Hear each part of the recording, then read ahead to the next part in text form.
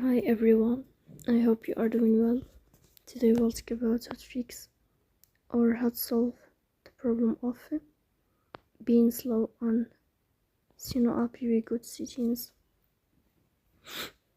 In this page, you will go to apps, default apps, app settings.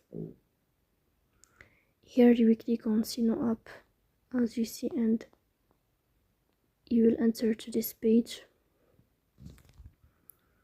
Here we go to first stop and you will click OK. Then we'll enter to storage. Here we click on clear cache. Then you will turn off your Wi-Fi and you will turn on your Wi-Fi again to fix that problem. So that's all. Don't forget to support us by like and subscribe. See you next time, and thank you for your watching and your attention.